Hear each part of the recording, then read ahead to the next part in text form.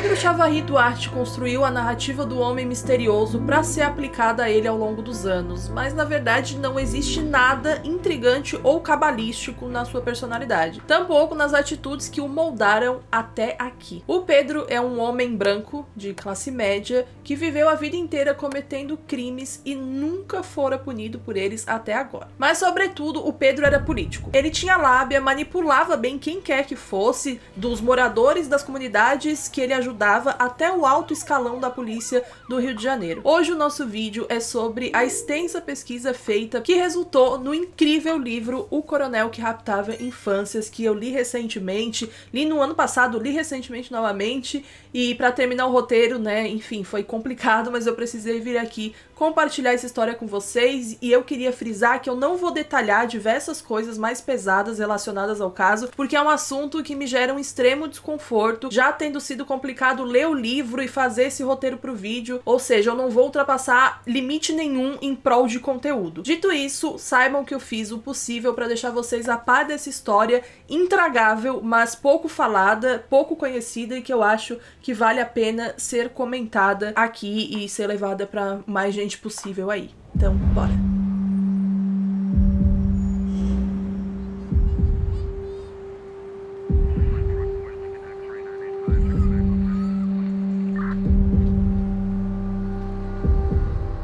Nascido numa família que pouco se importava exatamente com o que viria a seguir na vida do seu primogênito, o Pedro Chavarri Duarte cresceu ouvindo sobre as maravilhas da política e do militarismo, sendo esses dois pilares de um princípio que já era geracional mesmo. Em 9 de março de 1954, o Pedro chegou ao mundo. Foi o primeiro filho da Modesta Chavarri Duarte e do Newton Campos Duarte. A Modesta cresceu nos subúrbios da zona norte do Rio e viu a vida mudar um pouquinho só quando a sua tia materna, Adélia, se casou com Paulo Kiefer Filho, o primogênito do, obviamente, Paulo Kiefer pai, que era um dentista parisiense formado médico no Brasil. Como as pessoas gostam de gente rica, a festa de casamento dos dois ganhou 3 parágrafos na coluna social do Jornal do Brasil em abril de 1925. E como a Modesta foi criada pela tia, ela via toda essa ascensão burguesa, mas não se sentia exatamente parte dela. Muito disso era atribuído à extrema devoção à religião. Por ter perdido a mãe logo na primeira infância e o pai dela ter mandado a garota viver com a sua irmã, uma tia paterna que maltratava e obrigava a menina a fazer de tudo e mais um pouco dentro de casa, a própria Modesta foi crescendo sem muito afeto. Ela era carente, extremamente vulnerável e reservada pra caramba. Quando ela conheceu e se apaixonou pelo Newton, ela viu nele meio que uma oportunidade para além do amor, né, que seria suprir a sua carência e sair da casa da própria tia. E assim foi em 1953, quando os dois se casaram. Além do Pedro Chavarri Duarte, eles tiveram mais 3 filhos, que foram o César, o Paulo e a Cristiana. O bairro Bom Sucesso, lá na zona norte também do Rio de Janeiro, virou o lar da família Chavarri. As crianças não cresceram diante da ostentação, mas tampouco da miséria. Elas cresceram no meio do povo, conhecendo a heterogeneidade da população e brincando na rua até o anoitecer. Mas enquanto os irmãos sujavam os pés e mãos brincando de pique-esconde, o Pedro foi diretamente influenciado pela religiosidade da própria mãe, dedicando-se aos estudos clérigos, à igreja, à devoção, etc. Os seus irmãos não gostavam de ir na missa, então ele era o único que lia a Bíblia periodicamente, e não demorou pro Pedro virar coroinha da paróquia Nossa Senhora do Bom Sucesso. Ainda nessa época, o Pedro era extremamente tímido, reservado, apegado demais à mãe dele, que inclusive se dedicava com afinco ao primogênito. Era uma atitude que despertava ciúme nos outros irmãos, que com o tempo só aceitaram, né, o favoritismo do Pedro diante da mãe. O Pedro não tinha amizades da idade dele, apenas amizades mais velhas, tanto da igreja quanto da própria escola, e os seus irmãos não conheciam os amigos do Pedro e vice-versa. Pra mãe dele, né, a Modesta, o Pedro não andava com rapazes da sua idade porque ele já era maduro demais pra isso. Mas há quem diga que essa experiência de homem prematuro do Pedro transformaria a vida dele pra sempre. Particularmente falando, após conhecer a história dele, eu tendo a concordar com essa afirmativa. Em 1973, em plena ditadura militar, não houve surpresa pra ninguém quando Pedro afirmou que queria entrar na Polícia Militar do Rio de Janeiro. Não pela truculência que marcava aqueles anos, principalmente os do governo Médici, mas pelo status, pelo poder e possibilidade de ajudar instituições que ele acreditava, como ele fazia já quando ele era coroinha, né? Ele já demonstrava esse forte interesse pela política e acreditava na Polícia Militar como um caminho para ele conseguir as coisas que ele queria. Na escola de formação de oficiais da Polícia Militar do Rio de Janeiro, o Pedro, ele já não era mais aquele rapaz quieto, o coroinha introvertido, e sim o garoto proativo, solícito, inteligente, que se saía muito bem nas conversas e se dava bem com todo mundo. Ele aprendeu a ser falante nessa época e nunca mais parou de tentar conquistar coisas e pessoas dessa maneira. Ele conquistou policiais, políticos, empresários, o pessoal do mais alto escalão carioca por um bom tempo, eu diria até por pouquíssimo tempo atrás, e até hoje em dia ainda tem aí uma galera dessa gama que é muito fã e que ainda se sente muito conquistada pelo Pedro. Já me irritei, já falando que já me lembra de Bolsonaro, já me irritei. Então a gente já vai pro dia 18 de março de 1993 e o Pedro, já ocupando o posto de coronel, viu a sua vida começar a mudar de verdade pela primeira vez. A vizinhança da sua casa localizada no Bangu incomodou-se um pouco com uma habitação que tava ali, que ela parecia meio abandonada, sabe? Tinha matagal ao redor, tinha bicho ao redor, mas naquele dia em específico algo estava ainda mais estranho. A vizinhança ao redor começou a ouvir um choro estridente vazando pelas janelas. Em novembro do ano passado, do ano de 1992, o mesmo choro gutural foi ouvido pelos vizinhos e que reportaram tudo ao Vander, que era uma espécie de síndico ali daquele conjunto habitacional do Bangu. Na época, ele não soube o que fazer, já que não sabiam de onde vinha o choro e poderia ser só algum recém-nascido de alguma visita, porque eles sabiam que ninguém da Rua 9, pelo menos, que era onde estavam ouvindo os choros, ninguém tinha bebê. E aí, um mês depois, a Sônia Carneiro, numa folga do trabalho, a Sônia é uma das moradoras ali também, ela ouviu o choro novamente. E como ela era diretora social da Associação de Moradores do Bangu, ela resolveu investigar, ela caminhou atentamente na direção do choro, que não cessava por nada neste mundo, e aí ela viu que o choro vinha da casa 183. Ela e alguns outros moradores bateram na porta, insistiram, perceberam até que a luz estava apagada. Pensaram que quem quer que fosse aquele novo morador ali era alguém que, primeiro, precisava aprender a cuidar do filho e, segundo, dar satisfações também à vizinhança e responder à porta quando alguém batia nela. Eles sentiram-se impotentes, até por isso só reportaram o acontecido ao Vander, que notou ser a casa de um capitão que já tinha sido boçal, em outra ocasião, e ele não tinha mais tanto contato assim, justamente para evitar esse tipo de situação. Então eles já sabiam que aquela era a casa do tal Capitão Boçal. Voltamos ao dia 18 de março de 1993, só que dessa vez o choro não cessava de jeito nenhum. Não parava. O que fez a Célia, uma das moradoras do local, espiar pelas frestas disponíveis,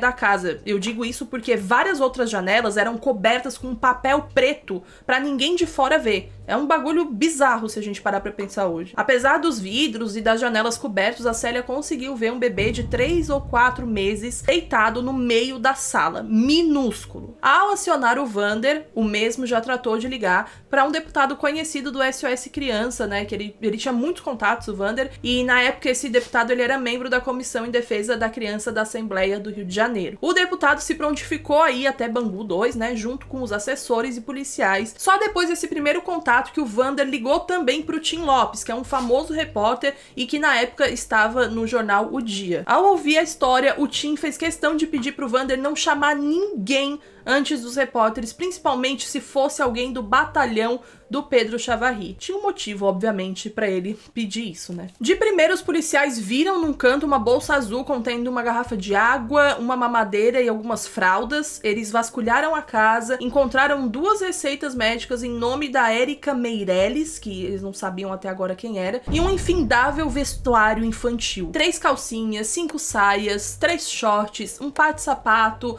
um laço azul, um prendedor de cabelo, uma meia calça, 3 fraldas, 12 camisetas, um lençol mesclado de azul e branco, um cobertor bege, chupeta de bebê, 3 tampas de mamadeira e um alfinete de segurança. Eles também encontraram alguns objetos de farmácia, como compressas da marca Johnson & Johnson, um saco plástico transparente contendo pequenas quantidades assim de algodão, uma embalagem de uma água oxigenada, uma de Necamin, um supositório pediátrico psiquiátrico e uma cartela de sedativo adulto, com 2 comprimidos intactos e vestígios até de um pozinho, assim. Além disso tudo, a criança estava envolta de fezes e xixi num calor fulminante de março em Bangu. Só quem teve em Bangu no verão sabe como é. E a certa altura, além do Paulo Melo, o deputado que trabalhava em defesa da criança e tal, outras pessoas já haviam chegado ao local também, como um capitão da PM que conhecia o Pedro e outros policiais e repórteres, etc.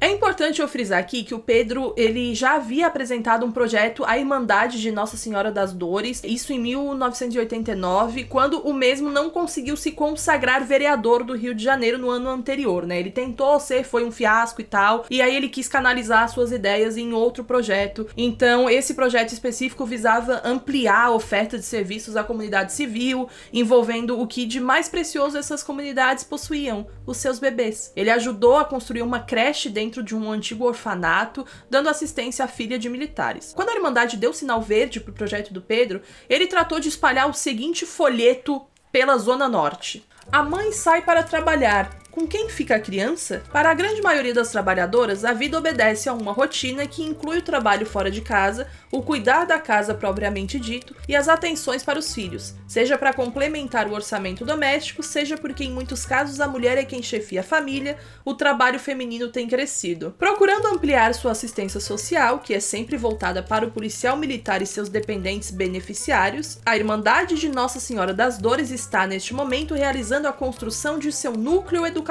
que será composto de uma creche maternal, jardim de infância, educandário para meninos e escola profissionalizante. Iniciamos pela construção da creche e será dado atendimento aos seus filhos em idade compreendida de 3 meses a 10 anos de idade, em regime de semi-internato das 7 da manhã às 7 horas da noite de segunda a sexta-feira. Basta preencher o formulário que colheremos em 48 horas. Grato, cordialmente, Pedro Chavarri Duarte, coordenador do projeto Creche.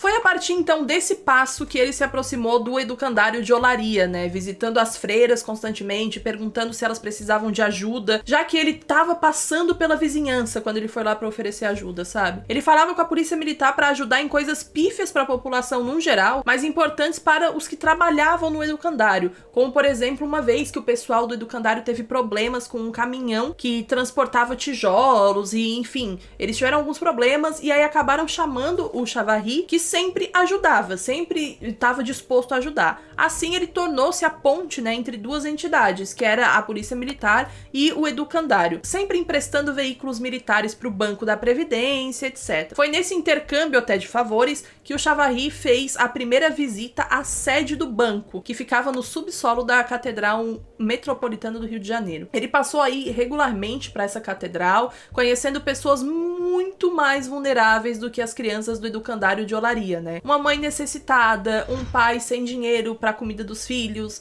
uma senhora pedindo cesta básica para alimentar os netos e assim vai. E a frase do Pedro era sempre a mesma: se você ou alguém mais precisar de ajuda, pega o meu número que eu tô construindo uma creche. Ele sempre falava isso para as pessoas. Sabendo disso, não é tão difícil assim fazer o link de como nós chegamos no dia 18 de março de 93, né? Com aquele bebê totalmente vulnerável, encontrado chorando, sem parar num cubículo do Pedro Chavarri. E também não é difícil, se você já não for tão ingênuo assim, né, entender por que ele não foi preso logo após esse episódio, enquadrado como abandono de incapaz, além de muitos outros julgamentos que não necessariamente eram somente julgamentos morais, mas sim tipificados na lei mesmo.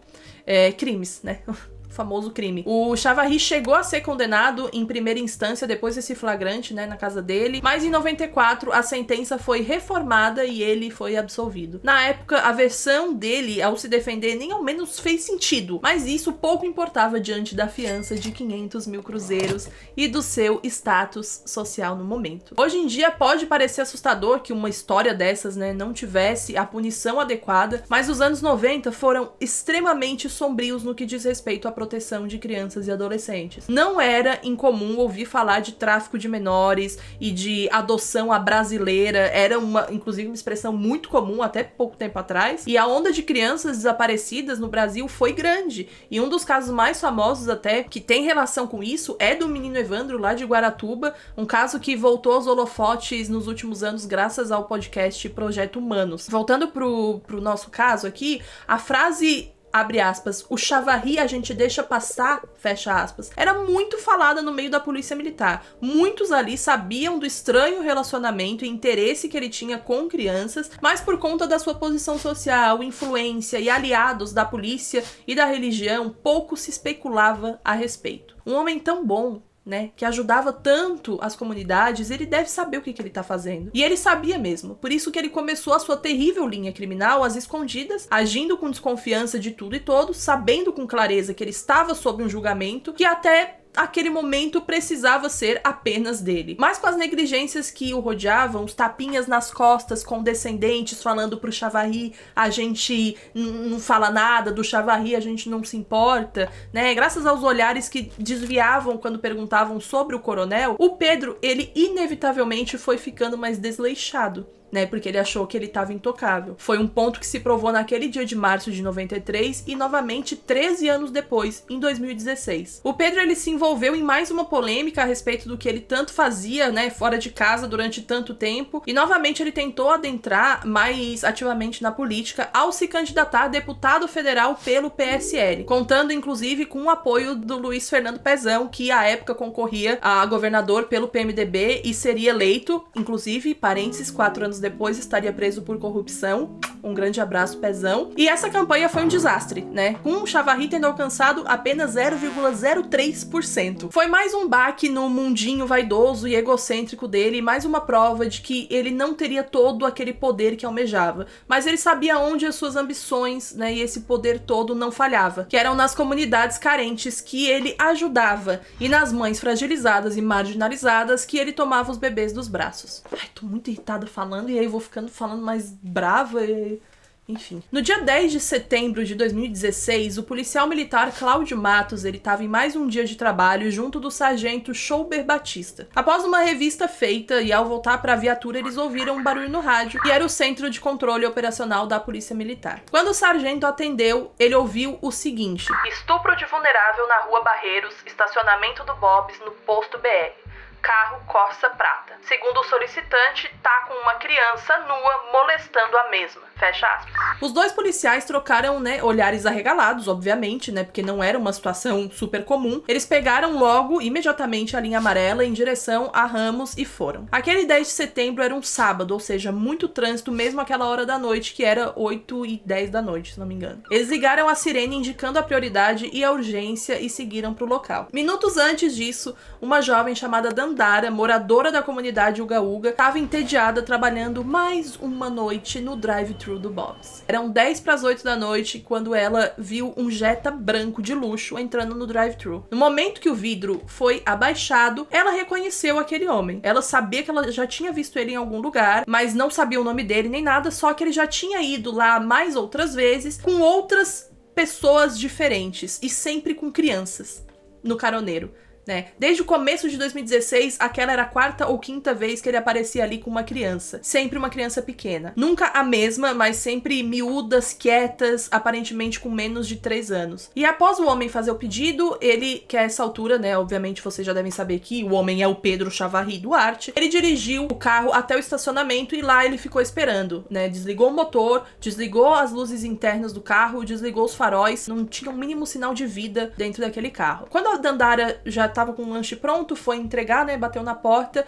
ele, descabelado, abriu a porta, em choque, de olho arregalado, nervoso, até mesmo na hora de agradecer, ele ficou tremelicando cada sílaba, né, segundo o depoimento dela, e assustada, ela, obviamente, imediatamente reparou na criança, porque a luz do poste que vinha da rua incidiu diretamente sobre a criança. A menina, no banco do carona, vestia apenas uma calcinha do avesso, que parecia ter sido colocada às pressas. Ela tava mole, assim, grogue, largada, parecia drogada, e a Dandara entrou em choque, voltou rápido pro drive-thru e chamou o supervisor dela pra avisá-lo da cena que ela tinha acabado de ver, sendo respondida com uma sacudida de ombros, tipo... E aí? Ele falou pra ela, cada um com seu cada qual. Atitude que enfureceu Dandara, obviamente, né? Onde ela alegou que ele estava sendo conivente se ele não fizesse nada. Eles travaram ali um debate moral, mas ele foi irredutível, ele não quis fazer nada. Porém, pra alguns clientes que ouviram o bafafá lá da rua, a fofoca, pra eles era imperdoável aquilo. Esses mesmos clientes ligaram pra polícia, só que eles tiveram, né, cometeram o erro de confundir um Jetta com um Corsa. Eles falaram que era um Corsa prata, né? Não um Jetta branco. Então, quando o Schober e o Cláudio chegaram lá, eles não viram nenhum Corsa prata. O Cláudio até argumentou que o motorista deve ter seguido pela avenida, mas o Schober, né, que era o sargento, pai de 3 meninas, ainda não estava convencido. Ele não sabia se era intuição ou qualquer outra coisa, né, vai saber, mas ele pediu pro Cláudio continuar no estacionamento, fazendo então o retorno. O Cláudio até falou, pô, não tem nada aqui que a gente vai fazer. E o Schober falou, volta. Eu sou, né, infelizmente eu vou ter que usar disso aqui. Eu sou o comandante neste momento, você vai voltar porque eu estou pedindo. Quando eles fizeram isso, um casal de jovens de uns 20 e poucos anos correu na direção deles e apontou pro Jetta branco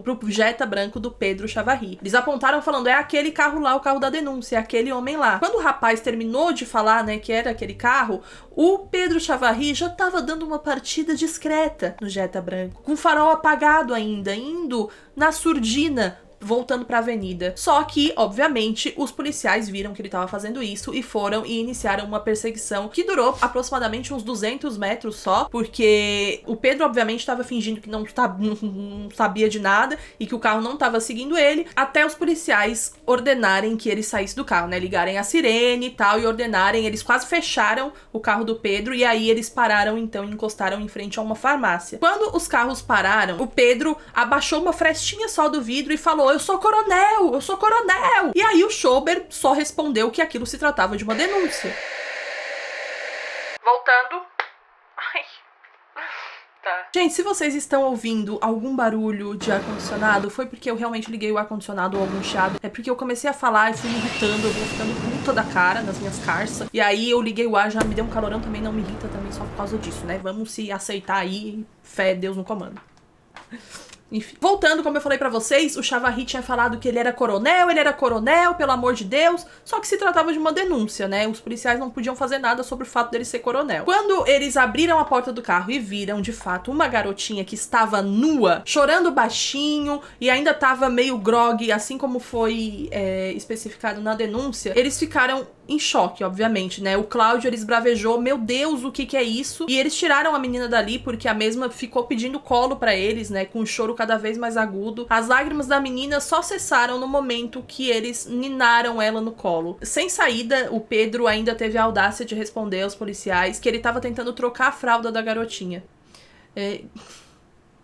Quando ele soube que se tratava de uma denúncia, ele tratou de voltar à velha retórica de que estavam conspirando contra ele, dizendo que ele era presidente da Caixa Beneficente, ele ajudava os mais pobres e por isso ele jamais faria algo tão asqueroso. Tinha gente aí, peixe graúdo atrás dele, querendo incriminá-lo, com certeza. Ele pediu pra conversar com os policiais antes deles informarem a central, até chegar ao ponto da ameaça velada e do suborno, né? Dizendo que ele sabia da escala dos policiais, que procuraria por eles na segunda-feira, que era pra eles procurarem pelo Pedro também. E todo aquele momento foi gravado pelo celular do policial. Só que o Pedro não sabia. Esse vídeo ele viralizou no mesmo dia, um pouco mais tarde. O coronel foi encaminhado para a delegacia, mesmo com a chegada das 2 testemunhas que o ajudavam na escolha das crianças, porque os policiais eles estavam irredutíveis. Por conta do vídeo gravado por um dos policiais no momento da abordagem, como eu falei para vocês, o Fantástico no dia 11 de setembro, um dia depois, teve um espaço exclusivo dedicado ao caso do Pedro Chavarri Duarte, que a partir daquele domingo de 11 de setembro passou a ser conhecido também como o coronel pedófilo. E embora esse seja um adjetivo correto para o adulto que sente atração sexual por crianças, usar este adjetivo como sinônimo de um crime é um equívoco perigoso, visto que a pedofilia é a denominação de um transtorno psiquiátrico e não uma tipificação penal. Já o crime decorrente da pedofilia é classificado como estupro de vulnerável no artigo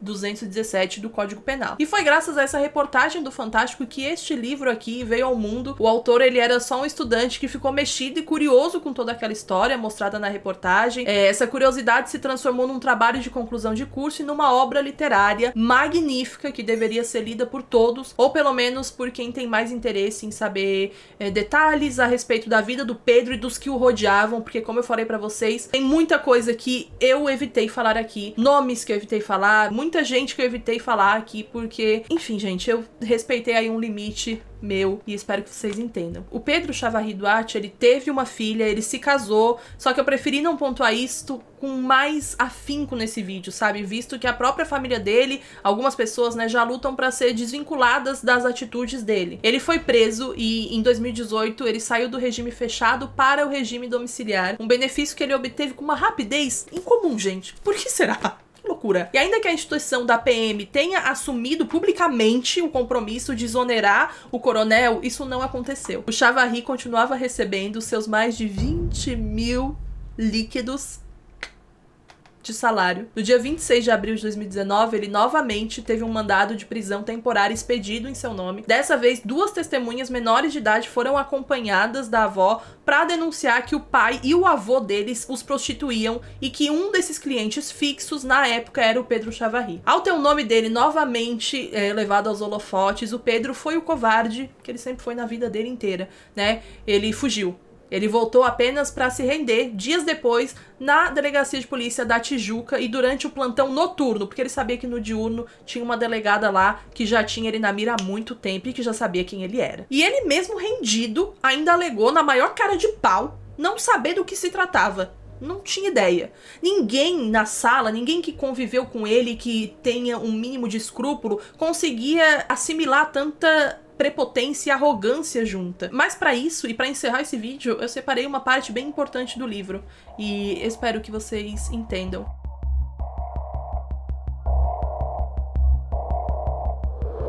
O que ninguém entendia era que Chavarri não caía, nem nunca cairia, pois sua casa não estava na Barra da Tijuca nem no Bom Sucesso. Sua casa era o Rio de Janeiro. Branco, bem afortunado e hábil navegador do sistema em que vive, Chavarri é carioca no sentido original da palavra, de, abre aspas, casa de branco, fecha aspas. Chavarri tem poder, ele é o dono da casa de branco. É o dono da casa de branco porque tem poder. Somente na terra da casa de branco um homem como ele pode permanecer impune, porque, no final, ao dono da casa tudo pertence. Muito bom, né? Esse final aqui, meu amigo. O vídeo de hoje ele fica por aqui. Eu espero que vocês tenham gostado. Foi extremamente difícil fazer esse roteiro, ler este livro, mas de qualquer forma eu recomendo com tanto afinco e entusiasmo, sim, esse livro, porque é uma aula de jornalismo investigativo, de pesquisa muito bem embasada. O autor é incrível e eu fiquei até em choque da forma como tudo aconteceu, né, do interesse dele pela história, enfim, porque é um assunto muito pesado também. Então queria agradecê-lo por ter escrito esse livro, agradecer à editora Intrínseca também por ter me enviado esse livro, por ter me proposto uma parceria, né, pra gente comentar aqui sobre essa história e por ter também entendido que passei por muitas dificuldades enquanto eu tava lendo esse livro, então o vídeo que deveria ter saído há muito tempo demorou, mas finalmente saiu. Então obrigada, Matheus, obrigada, editora Intrínseca, obrigada a todo mundo que não desistiu deste canalzinho e da forma com que eu produzo o conteúdo, que é um pouco mais lenta, mas vocês sabem que eu prezo muito pela qualidade e espero que eu tenha entregado ela a vocês e continuo entregando aí ao longo dos dias. Queria deixar agora, no final, uma maravilhosa entrevista do Pedro Chavarri Duarte no momento que ele tava concorrendo a deputado. Lembra que eu falei pra vocês que ele tinha o apoio do Pezão e tal? Só que além da entrevista, eu pedi pro Matheus, meu noivo e editor, fazer uma ediçãozinha em cima de acordo com as coisas que ele vai falando, pra engrandecer mesmo a entrevista e as falas dele. O Lecter tá miando. Beijo. Agora, dá o seu recado para o eleitor que está lá olhando você e vai estar lá em 2014 nas eleições. Que você realmente saiba quem vai votar. Escolha o seu candidato a deputado estadual, deputado federal, governador, pelo seu passado, pela sua luta. Procura saber verdadeiramente quem ele é.